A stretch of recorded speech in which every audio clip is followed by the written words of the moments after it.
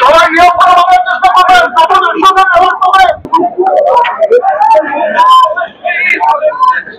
সমাজ, এক সুন্দর সমাজ প্রতিষ্ঠার জন্য সংগ্রাম করে জীবন দান করেছেন সেই শহীদদের প্রতি, এবং যারা এখন আহত অবস্থায় আছে তাদের প্রতি। তারা আমাদের দেশের সম্পদ, তারা আমাদের স্মরণীয়, আমাদের কাছে করণীয়।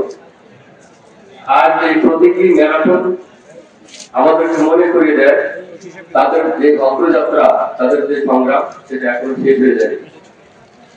আজকের এই ম্যারাথন অনুষ্ঠান আমাদের তারুণ্যের প্রতীক, আমাদের গতির প্রতীক, আমাদের লক্ষ্যে পৌঁছার প্রতীক।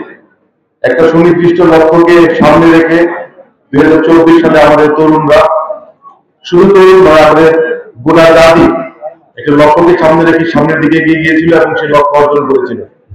আজকের এই দিনে আমরা সেই দিনটিকে স্মরণ করছি। আমরা সেই উপলক্ষে একটি ম্যারাথন আয়োজন করেছি।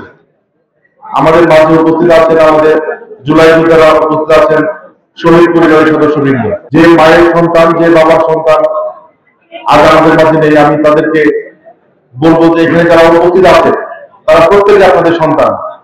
আপনি আপনার সন্তানকে হারিয়েছেন, একজন সন্তানকে হারিয়ে আপনি লাখো সন্তান আপনি পেয়েছেন।